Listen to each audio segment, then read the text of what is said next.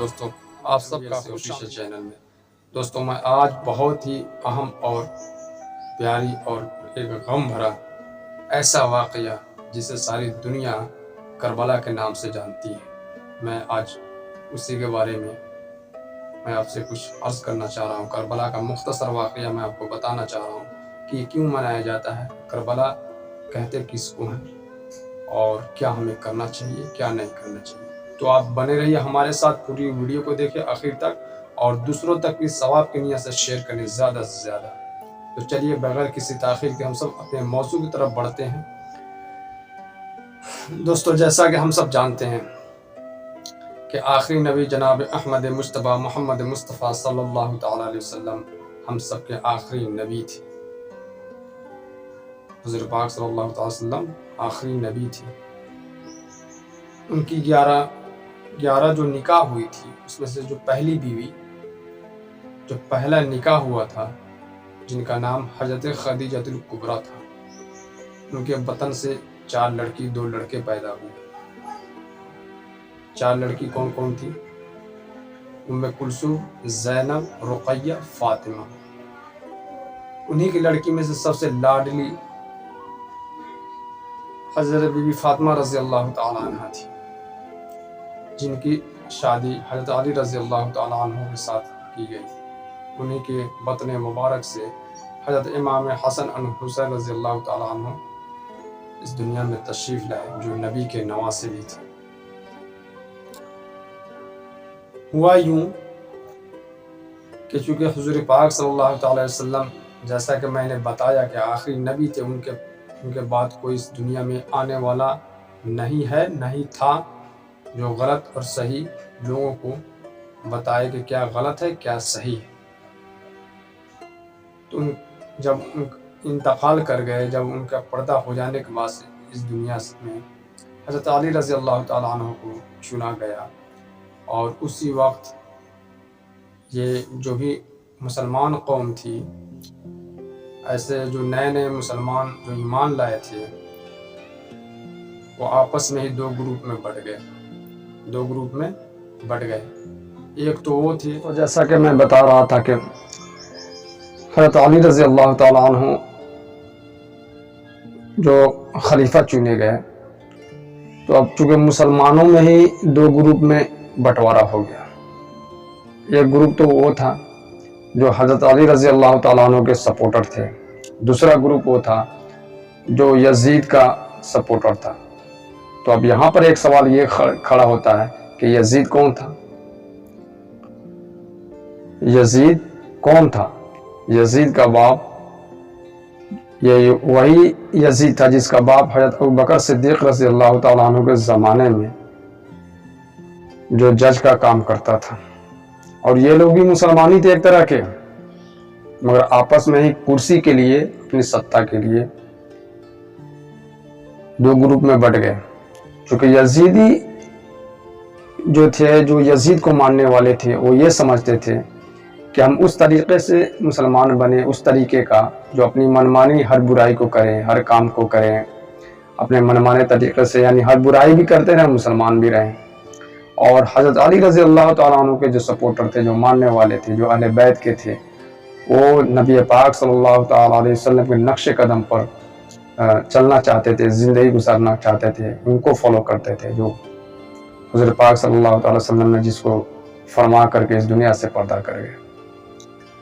تو چونکہ انہی دونوں کے بیچ میں یہ چیزیں تھیں، اب جو صحابی تھے حضور پاک صلی اللہ تعالیٰ وسلم کے زمانے کے جو صحابی لوگ تھے، وہ قریب ان کی تعداد 71 72 ایسے کچھ تعداد تھی ان کی، جو حضرت حسین رضی اللہ تعالیٰ عنہ کے ساتھ میں تھے۔ کیونکہ امام حسن رضی اللہ تعالیٰ عنہ بڑے تھے اور حسین چھوٹے تھے۔ حضرت امام حسین رضی اللہ تعالیٰ عنہ چھوٹے تھے اور حسن رضی اللہ تعالیٰ عنہ بڑے تھے، جن کو زہر دے کر کے مار دیا گیا تھا، اور امام حسین رضی اللہ تعالیٰ عنہ چھوٹے تھے۔ اس کے بعد ہوا یوں کہ یزیدی کیا کرنے لگا، جب سطح کے لیے لوگوں کو ڈرا دھمکا کر کے یہ چاہتا تھا کہ لوگ مجھے اپنا سربراہ، جو قوم کے سربراہ اس وقت سردار ہوا کرتے تھے، وہ مانے، بہت سارے ظلم و ستم، طرح طرح کے ظلم و ستم لوگوں پر ڈھانے لگا، کبھی کچھ بند کر دینا، کبھی کچھ زبردستی اپنے آپ کو منوانا، یہ یزیدی سارے کرتے تھے، سارے ظلم و ستم کرتے تھے۔ اور ایک روز کا واقعہ ہے کہ حضرت امام حسین رضی اللہ تعالیٰ عنہ کو مارنے کے لیے اس نے بہت ساری سازشیں کی، پلان کی، اور شروع سے یہ چاہتا تھا کہ ختم کر دیں تاکہ لوگ ہمیں اپنا قوم کا سربراہ مانیں اور جو میں کہوں اس پر لوگ عمل کریں۔ تو دوستوں میں بتانا یہ چاہتا ہوں کہ ایک روز حضرت امام حسین رضی اللہ تعالیٰ عنہ نے فیصلہ کیا کہ اپنے ساتھیوں کے ساتھ، جو صحابہ کرام رضی اللہ تعالیٰ عنہ جو بھی موجود تھے اس وقت، 70-72 جو بھی تھے، ان کو لے کر کے آپ کوفہ کی طرف چلے جائیں۔ تو جب یہ آپ نے پلان بنایا کہ کوفہ کی طرف کوچ کر جائیں، یزیدی کے علاقے سے چلے جائیں، تو صحابی لوگ، بتایا جاتا ہے کہ صحابی لوگ جو اس وقت موجود تھے انہوں نے منع کیا تھا کہ آپ کوفہ کی طرف نہ جائیں، کیونکہ یہی وہ فرقہ ہے، یہی وہ لوگ ہیں جو آج عراق کے نام سے جانا جاتا ہے، جہاں پر حضرت علی رضی اللہ تعالیٰ عنہ کا جب یہ لوگ نہیں ہوئے تو آپ کا کیا ہوں گے۔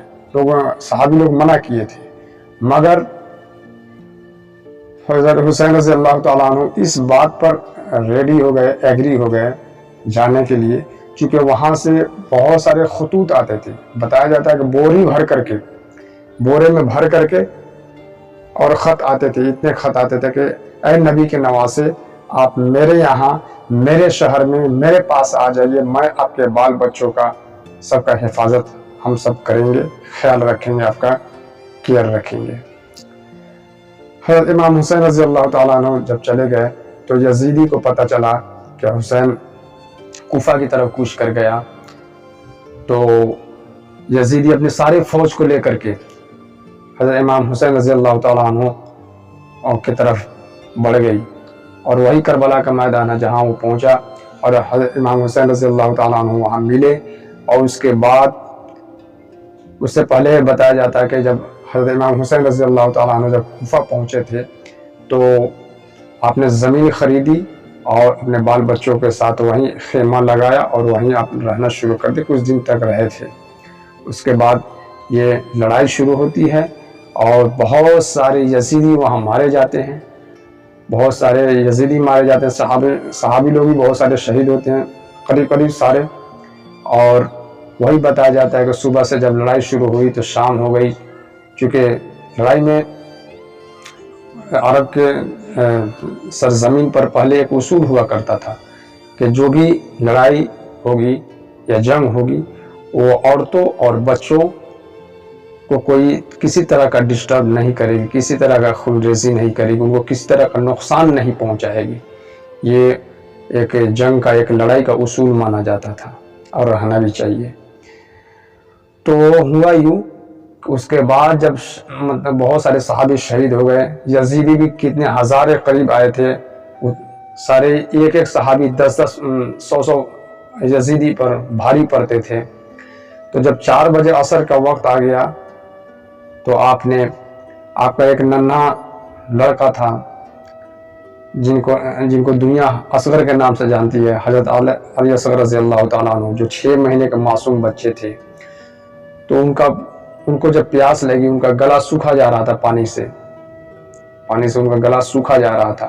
آپ نے یزیدی سے کہا کہ دشمنی تم کو مجھ سے ہے، میرے بچے کو کم سے کم پانی تو پلا دو، تم مجھے چاہے جو کچھ کر لو مگر میرے بچے کو پانی تو پلا دو، اس سے کیا دشمنی ہے، وہ تو معصوم ہے، بچہ تو سب کا ہوتا ہے۔ پتا ہے دوستو اس نے کیا کیا؟ اس میں سے ایک فوج نے، یزیدی کی ایک فوج نے 3 نوکیلے تیر مار دی، اس نے 3 نوکیلی منہ والی جو ہوتی ہے، اس نے اس تیر کو مار دیا، اور حضرت علی اصغر رضی اللہ تعالیٰ عنہ کے گلے میں جا کر لگی ہوتی۔ آپ محسوس کر سکتے ہیں اگر آپ کے بھی بچے ہیں تو، کہ آپ کے بچے کو اگر حقیقی زندگی میں کوئی اگر گالی دے دیتا ہے یا کسی طرح کا کوئی ڈسٹرب کرتا ہے آپ کے بال بچوں کو، اور اس کیس میں آپ باہر بھی ہیں، گھر سے باہر ہیں، تو آپ ذرا اپنے دل پر ہاتھ رکھ کے بولیے کہ آپ کے اوپر کیا بیتی ہوگی، کہ جائیں گے تو یہ کر دیں گے، وہ کر دیں گے، کیوں ہمارے بچے کو ایسا کس نے کہا۔ مگر آپ نے صبر سے کام لیا اور اللہ کی بارگاہ میں دعا کی. اس کے بعد حضرت امام حسین رضی اللہ تعالیٰ عنہ کو شہید کر دیا گیا. شہید کرنے کے بعد میں ان کے سر مبارک کو الگ کر کے اور اس کو پیش کیا گیا. وہ اپنے دربار میں یزیدی جو ہے لے جا کر کے پیش کیے اور ان کو بتایا جاتا ہے کہ ہونٹوں کو کریدا گیا. تو اسی وقت جس نے ہونٹوں کو کریدا تھا اس کو اسی وقت اللہ سبحانہ و تعالیٰ نے عذاب مسلط کر دیا، ایسا تاریخ میں بتایا جاتا ہے. اور اس کے بعد کربلا، جب سے دنیا کربلا کے نام سے جانتی ہے، کہ اپنے پوری فیملی کے ساتھ، پورے اہل و عیال کے ساتھ، پورے صحابہ کرام کے ساتھ حضرت امام حسین رضی اللہ تعالیٰ عنہ شہید پا گئے. تو اب میں یہ کہنا چاہتا ہوں، جو مین چیز ہے، جو مین پوائنٹ ہے، کہ اگر وہ شہید ہوئے تو شہید تو بہت بڑا مرتبہ ہوتا ہے دنیا. میرے حساب سے تو بہت بڑا مرتبہ، چونکہ اس سے بڑا کوئی مرتبہ نہیں ہے جو انسان اللہ کے راہ میں شہید ہو جائے. تو اس میں غم کس بات کی؟ اور اگر غم ہے تو شہید کس بات کی؟ آپ ذرا غور کیجئے گا. امام حسین رضی اللہ تعالیٰ عنہ کے ماننے والے، کبھی آپ نے یہ نہیں فرمایا کہ ہاں ہمارے جانے کے بعد غم کرنا، یا ہم اپنے اوپر لے کر کے دیکھیں جیسا کہ ہم سب کرتے ہیں، جیسا کہ آج کل ہوتا ہے کہ ہماری فیملی میں کوئی مر جاتا ہے، کوئی انتقال کر جاتا ہے، ماں باپ بھائی بہن، یا جس سے سب سے زیادہ محبت کرتے ہوں، کیا ان مرنے کے بعد آپ خوشیاں مناتے ہیں؟ اور کیا ڈھول نگارے یہ سب بجاتے ہیں آپ، ڈی جے وغیرہ؟ نہیں نا. تو حضرت امام حسین رضی اللہ تعالیٰ عنہ کے انتقال پر، شہید ہونے پر آپ کو کس بات کی ملال ہے؟ یہ کیوں کرتے ہیں آپ ذرا سمجھ کر کے دیکھیں اس چیز کو. دوسری بات یہ ہے کہ محرم اس لیے فیمس نہیں ہے کہ یوم اس دن حضرت امام حسین رضی اللہ تعالیٰ عنہ کو شہید کیا گیا تھا، بلکہ تاریخی واقعات ہے کہ ایک محرم کو حضرت عمر رضی اللہ تعالیٰ عنہ ان کو شہید کر دیا گیا تھا. اور یوم عاشورہ محرم کی 10ویں تاریخ کو حضرت پاک صلی اللہ تعالیٰ وسلم کی حضرت صفیہ رضی اللہ تعالیٰ عنہ کے ساتھ نکاح ہوئی تھی. اور روزہ اس دن ہمیں رکھنا چاہیے، ایک روزہ نہیں رکھنا چاہیے یوم عاشورہ کے دن، کیونکہ ایک روزہ یہودی رکھتے ہیں اور اس خوشی میں رکھتے ہیں کہ یہی وہ دن ہے 10ویں محرم کے دن جس دن فرعون کو حضرت موسیٰ علیہ السلام کو فرعون سے نجات ملی تھی، اس کے مکر و فریب سے، اس کی سلطنت سے، اس کی بادشاہیت سے، اس کے ظلم و ستم سے حضرت موسیٰ علیہ السلام کو اسی دن آزادی ملی تھی. یہی بتایا جاتا ہے. محرم ہی وہ مہینہ جس میں حضرت بی فاطمہ رضی اللہ تعالیٰ عنہ کا نکاح ہوا حضرت علی رضی اللہ تعالیٰ عنہ کے ساتھ میں. اور بھی دیگر بہت سارے واقعات ہیں جو محرم کے مہینہ میں ہوئے ہیں. تو آپ بتائیں کہ ہمیں کیا کرنا چاہیے، کیا نہیں کرنا چاہیے. اچھے سے کامنٹس دیں اور زیادہ سے زیادہ اس ویڈیو کو شیئر کریں دوسرے تک، چونکہ محرم آنے والا ہے، بس 1-2 روز باقی ہیں. یوم عاشورہ، محرم تو چل ہی رہا ہے، چونکہ محرم یہ پہلا مہینہ ہے اسلامی کیلنڈر کے حساب سے. تو آپ زیادہ سے زیادہ اس میں پرہیز کرنے کی کوشش کریں اور جو صحیح بات ہے دوسروں تک پھیلائیں اور اس پر عمل کریں. نبی پاک صلی اللہ تعالی وسلم کے نقش قدم پر چلیں اور دوسروں کو چلنے کی مطلب کہ ان کو بھی آپ بتائیں کہ کیا صحیح ہے، کیا غلط ہے، کیا کرنا چاہیے، کیا نہیں کرنا چاہیے. اس دن 2 روزہ رکھیں، یا اب 9ویں 10ویں کو یا 10ویں 11ویں کو، اور ان کے حق میں دعائیں مغفرت کریں، دعا کریں ان کے لیے، اپنے اہل و عیال کے لیے. میں امید کرتا ہوں آپ کو پسند آئی ہوگی. دیجیے مجھے اجازت. زیادہ سے زیادہ شیئر کریں، لائک کریں اور ہمیں سپورٹ کریں تاکہ پھر الگ الگ ڈیفرنٹ ٹائپس کے ٹاپک پہ میں آپ کے لیے ویڈیوز اویلیبل کرا سکوں. السلام علیکم ورحمۃ اللہ وبرکاتہ.